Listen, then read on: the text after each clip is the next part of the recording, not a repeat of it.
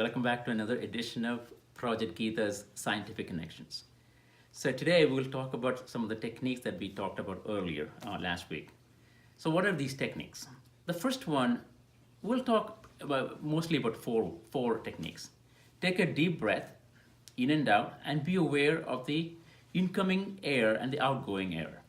Perhaps focus on the tip of your nose or some part of your body that you're constantly being aware of. What you're doing is you're simply observing your breath. Just by observing the breath, you'll notice that the breathing slows down. Let's say normally you breathe about 15 times a minute. But when you start observing how you breathe, that rate may go down to even 10 a minute. So that much less pressure on your system. That's what this is all about. Second technique is you breathe in, and then as you breathe out, as you exhale, add a humming sound. So sort of like that, and let all the air come out of your system.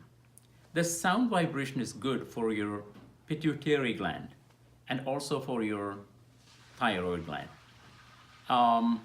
As you probably know, proper functioning of these glands is extremely important for the proper functioning of your body, because these glands produce essential hormones that your body needs.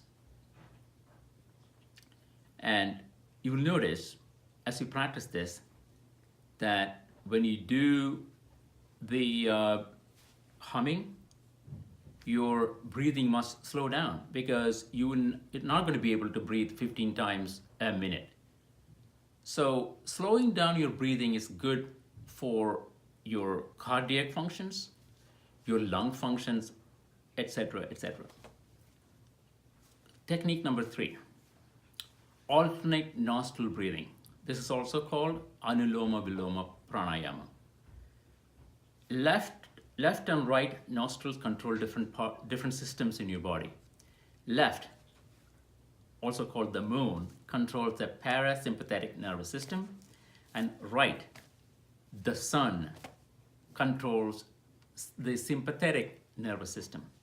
The objective of this technique is to bring balance between these two.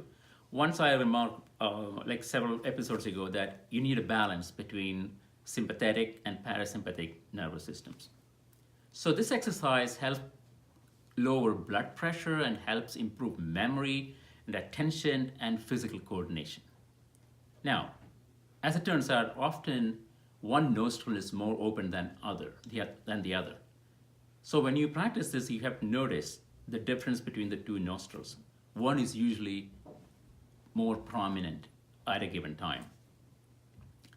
Now, the fourth method is to hold in your breath for a certain amount of counts.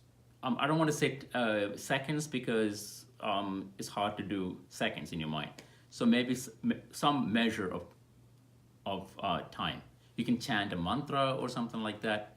So as you breathe in, you wait for 2 counts, then hold it in for 8 seconds or 8 counts, and then let it all out in 4 seconds.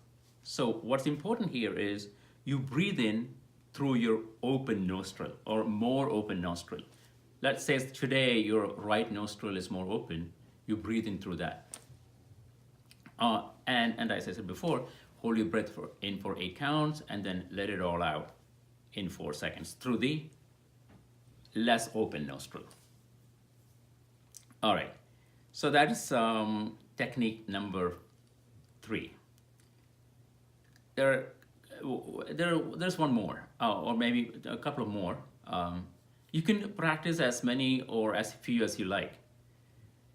So next week, we'll start talking about emotional intelligence.